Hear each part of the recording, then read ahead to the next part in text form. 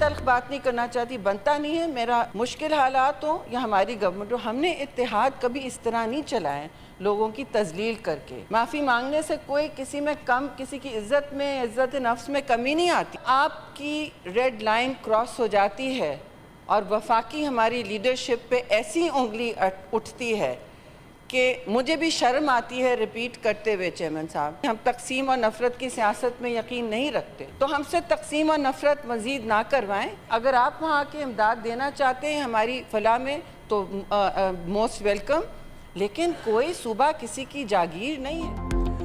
Peoples party اور نون league کے اختلافات کی پارلیمنٹ میں گونج۔ شہری رحمان نے کہا پنجاب اور سندھ میں الفاظ کی جنگ وفاق کو متاثر کر رہی ہے۔ پیپلز پارٹی نے متحد رہنے کی ہر ممکن کوشش کی۔ معافی مانگنے سے کسی کی عزت کم نہیں ہوتی، کوئی صوبہ کسی کی جاگیر نہیں۔ پیپلز پارٹی کو تحفظات ہیں۔ سیلاب سے 65 لاکھ لوگ متاثر ہوئے۔ پی پی سینیٹرز کا احتجاج، سینٹ سے واک آؤٹ۔ وزیر قانون اعظم نذیر تارڑ کی ایوان کا ماحول ٹھنڈا کرنے کی کوشش۔ کہا پیپلز پارٹی والے ہمارے بہت قریب ہیں، مسائل حل کریں گے، اپوزیشن کے دوستوں کو خوش ہونے کی ضرورت نہیں، احتجاج کرنا ہر کسی کا حق ہے۔ رانا ثناء اللہ نے تفصیلی بیان دے دیا تھا، دوست منائے جائیں گے تو پیپلز پارٹی ارکان واپس آ جائیں گے۔ اسپیکر چیمبر میں حکومت اور پیپلز پارٹی کے درمیان مذاکرات بے نتیجہ ختم۔ رانا ثناء اللہ کہتے ہیں وزیر اعظم کل وطن واپس آ کر پیپلز پارٹی کے تحفظات پر بات چیت کریں گے۔ پیپلز پارٹی نون لیگ اختلافی میچ میں تھرڈ امپائر کی انٹری۔ تحریک انصاف کے رہنما بیرسٹر علی ظفر بولے دونوں پارٹیاں ڈٹائی سے مقابلہ کر رہی ہیں کہ ہمیں ٹرافی دو، میں آپ کو جھوٹ، لالچ، بے حسی اور نااہلی کی ٹرافی دیتا ہوں۔ سیلاب سے بڑے پیمانے پر نقصان ہوا ہے اور یہاں واک آؤٹ ہو رہا ہے۔ دونوں پارٹیاں صرف دکھاوے کی سیاست کر رہی ہیں، پوری قوم تکلیف میں ہے، بچے کھلے آسمان کے نیچے سونے پر مجبور ہیں۔ اگر عوام میں پروٹوکول کے بغیر جائیں گے تو حالات نظر آئیں گے۔ پنجاب میں 4700 سے زائد گاؤں ابھی بھی زیر آب ہیں۔ کسانوں نے جو گندم بچائی تھی وہ بھی پانی میں بہہ گئی۔ کام پر نہیں، پریس کانفرنسز پر پوائنٹ سکورنگ ہو رہی ہے۔ عوام مشکلات میں گھری ہے اور یہ ایک دوسرے سے ناراض ہو رہے ہیں۔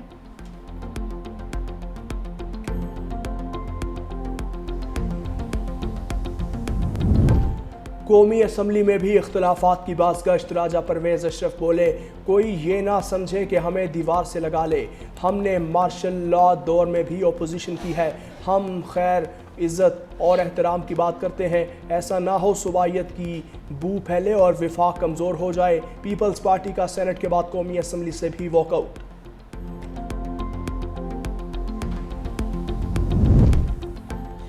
مفاہمت کے بعد اختلافات ختم اور اتحاد ریسکیو کروانے آگے ہیں۔ صدر مملکت آصف علی زرداری کا وزیر داخلہ محسن نقوی کو فون۔ سندھ اور پنجاب کے درمیان چلنے والی کشیدگی پر تبادلہ خیال۔ صدر مملکت نے وزیر داخلہ کو فوری طور پر کراچی طلب کر لیا۔ دونوں صوبائی حکومتوں کے درمیان ہونے والی کشیدگی کو کم کرنے کے لیے مشاورت کی جائے گی۔ پیپلز پارٹی نے عظمیٰ بخاری کے الزامات کی وضاحت مانگ لی۔ سعید غنی نے کہا وزیر اعظم شہباز شریف بتائیں بلاول نے ان کے خلاف کیا سازش کی۔ بلاول بھٹو نے بطور وزیر خارجہ پاکستان کو تنہائی سے نکالا، اس وقت تو وزیر اعظم تعریفیں کرتے نہیں تھکتے تھے۔ وزیر اعظم اب پنجاب کی حکومت کو جھوٹا قرار دیں گے یا بلاول کی تعریف کریں گے؟ مزید کہا وفاقی حکومت کو قانون سازی میں ہمارے ووٹوں کی ضرورت ہے، نہیں چاہتے ہمارے حکومت سے نکلنے کے بعد بحرانی کیفیت پیدا ہو۔ مسلم لیگ نون کے لوگوں پر فارم 47 کے الزامات ہیں، پیپلز پارٹی کے کامیاب ارکان پر ایسا کوئی الزام نہیں۔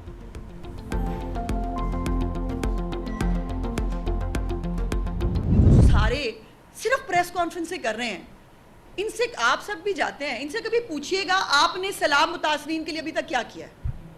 کبھی ان سے پوچھیں ایک دھیلے کی کوئی امدادی کارروائی کو کسی کے ساتھ کھڑا ہونا ہو، سیاست کرنا اور ایک آفت کے اوپر گھٹیا جو ہے وہ پلاننگ کے ساتھ سیاست کرنا نہیں کہتے تو کیا کہتے ہیں؟ صرف باتیں کر سکتے ہیں اور باتیں کیے چلے جا رہے ہیں بٹ ٹائم نہیں ہے پنجاب کے پاس جو ہے وہ اس قسم کی سستی جو ہے اداکاری کرنے کے لیے اور سستے جو ہے یہ کارنامے کرنے کے لیے بہت کام ہے۔ سیلاب کے لوگوں کو اس وقت ری ہیبلیٹیشن کی ضرورت ہے۔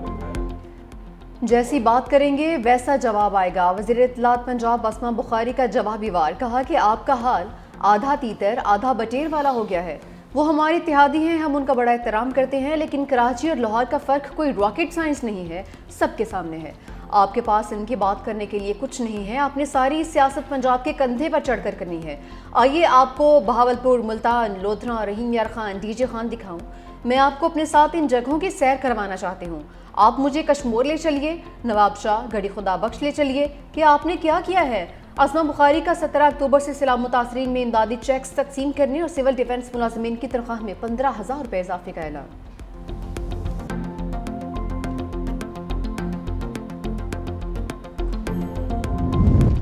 پنجاب میں گھر بن رہے ہیں اور نہ سیلاب متاثرین کو سولر پینل مل رہے ہیں۔ سینئر وزیر سندھ شرجیل میمن نے بھی لفظی تیر برسا دیے، کہا صرف بھاشن دیے جا رہے ہیں۔ سندھ حکومت 21 لاکھ گھر بنا رہی ہے، ہمارا کام آپ کو کھٹکتا ہے۔ سیلاب متاثرین کی محرومیوں پر سیاست کرنا نہ صرف افسوسناک ہے بلکہ انتہائی شرمناک رویہ ہے۔ ہمارا مطالبہ صاف اور سیدھا ہے کہ سیلاب متاثرین کی عملی مدد کریں، صرف بیانات اور تصویریں نہ بنوائیں۔ جنوبی پنجاب کے لوگ پنجاب حکومت کو پکار رہے ہیں۔ حکومت کی ترجیحات فوٹو سیشنز اور دکھاوے تک محدود ہیں۔ خودارہ کیمرے ایک طرف رکھو، سیلاب متاثرین کی مدد کو پہنچو۔ ہمیں عوامی خدمت کے لیے چھٹی کے دنوں کا انتظار نہیں کرنا پڑتا۔ ہم اتوار ہو یا کوئی اور دن ہر وقت عوام کے درمیان اور ان کے مسائل حل کرنے کے لیے موجود ہیں۔ پاک ملیشیا تعلقات میں خوشگوار موڑ، تجارت سمیت مختلف شعبوں میں تعلقات مضبوط بنانے پر اتفاق، مختلف معاہدوں اور مفاہمتی یادداشتوں پر دستخط۔ وزیراعظم شہباز شریف نے کہا کہ ملیشیا کے تجربات سے استفادے کے لیے مشترکہ منصوبوں پر کام کرنا چاہتے ہیں۔ پاکستان سے 20 کروڑ ڈالرز مالیت کے حلال گوشت کی برآمد کے فیصلے کا خیر مقدم کرتا ہوں۔ حلال گوشت کی تجارت کو وقت کے ساتھ آگے بڑھائیں گے۔ ملیشیا کو اپنا دوسرا گھر بھی قرار دیا۔ ملیشیا کے وزیراعظم انور ابراہیم بولے، خطے میں استحکام کے لیے پاک بھارت امن بہت ضروری ہے۔ دہشت گردی کے خاتمے کے لیے پاکستان سے ہر ممکن تعاون کریں گے۔ تجارت سمیت تمام شعبوں میں تعاون کو فروغ دے رہے ہیں۔ ہم دونوں چاہتے ہیں غزہ کے فلسطینیوں کی مشکلات کم ہوں۔ وزیراعظم شہباز شریف کا پاکستان ملیشیا بزنس فورم سے بھی خطاب، ملیشین سرمایہ کاروں کو پاکستان میں سرمایہ کاری کی دعوت بھی دی۔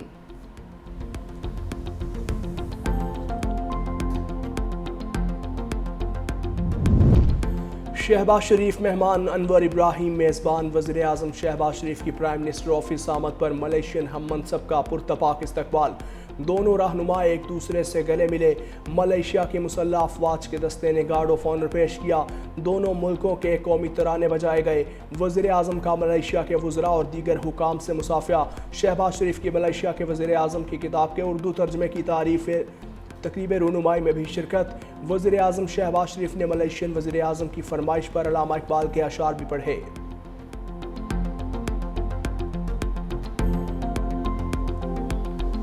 علامہ Iqbal says, ladies and gentlemen, my brothers and sisters, خودی کو کر بلند اتنا کہ ہر تقدیر سے پہلے خدا بندے سے خود پوچھے، بتا تیری رضا کیا۔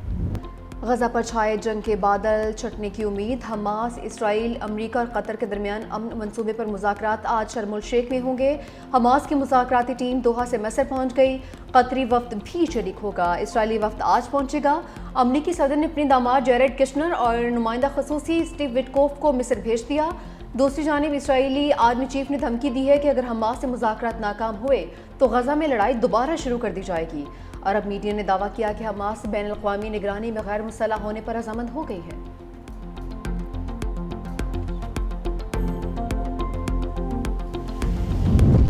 اگر حماس نے اقتدار میں رہنے کا فیصلہ کیا تو اس کا وجود مٹا دیا جائے گا۔ امریکی صدر ڈونلڈ ٹرمپ کی حماس کو دھمکیاں۔ امریکی میڈیا کو انٹرویو میں صدر ٹرمپ نے کہا، جلد معلوم ہو جائے گا کہ حماس معاہدے میں سنجیدہ ہے یا نہیں۔ غزہ امن منصوبے میں معمولی تبدیلیاں ممکن ہیں، سب فریق متفق ہیں۔ امریکی وزیر خارجہ مارکو روبیو کہتے ہیں، ابھی غزہ جنگ ختم نہیں ہوئی۔ حماس کی تحلیل اور اسلحے کی واپسی کا مرحلہ سب سے مشکل ہوگا۔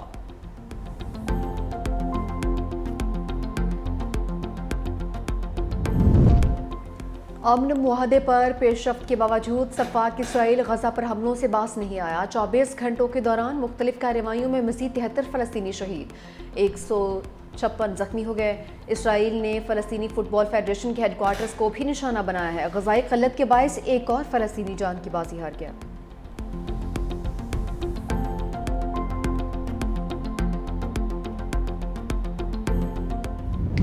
فلوٹیلا سے گرفتار کیے گئے مزید 29 سماجی کارکن رہا، ڈیپورٹ کیے گئے افراد کی تعداد 170 ہو گئی۔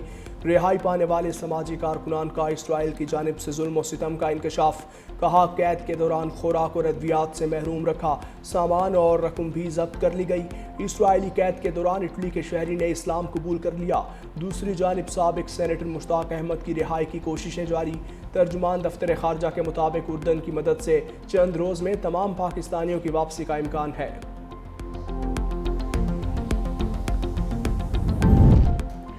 بھارت کی جانب سے کسی قسم کا ایڈونچر خارج از امکان قرار نہیں دیا جا سکتا، لیکن بھارت کچھ کرنے سے پہلے اپنے نقصان کے بارے میں ضرور سوچے گا۔ وزیر دفاع خواجہ آصف کہتے ہیں، ہم نے بھارت کو جو نقصان پہنچانا تھا پہنچا دیا۔ سیاسی طور پر مودی سرکار کو بہت زیادہ نقصان ہو رہا ہے۔ بھارتی عوام ان سے پوچھ رہے ہیں ملک کے ساتھ کیا کیا ہے۔ بھارتی عالمی سطح پر تنہا ہو رہا ہے اور پاکستان کو مختلف ممالک کی جانب سے پذیرائی مل رہی ہے۔ مزید کہا کہ غزہ میں جس دن امن ہوا، اسرائیلی وزیراعظم کی اینڈ گیم شروع ہو جائے گی۔ سابق سینیٹر مشتاق احمد کی رہائی کے لیے کوششیں جاری ہیں۔ پاکستان کبھی اسرائیل کو تسلیم نہیں کرے گا۔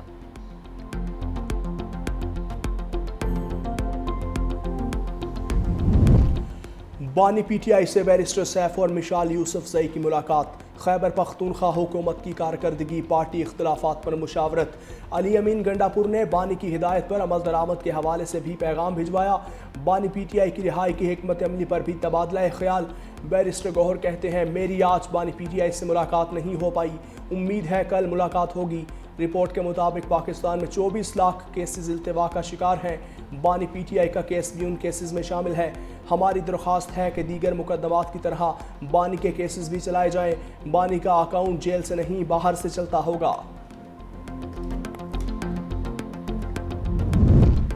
سپریم کورٹ کے فیصلے حتمی اور غور و فکر کے بعد دیے جاتے ہیں۔ مخصوص سیٹوں کے فیصلے کے خلاف حکومتی اپیل مسترد کرنے کا تفصیلی اختلافی نوٹ جاری۔ جسٹس عائشہ ملک اور جسٹس عقیل عباسی نے بینچ کی تشکیل کو عدالتی اصولوں کے منافی قرار دے دیا۔ لکھا، جب اصل مقدمہ 13 رکنی بینچ نے سنا تھا تو ان میں سے 5 ججز موجودہ بینچ میں شامل نہیں ہیں۔ موجودہ بینچ میں شامل نہ ہونے والے ججز میں فیصلے کے مصنف جج بھی شامل نہیں۔ مسلم لیگ نون، پیپلز پارٹی اور الیکشن کمیشن کی نظر ثانی درخواستیں مسترد کی جاتی ہیں۔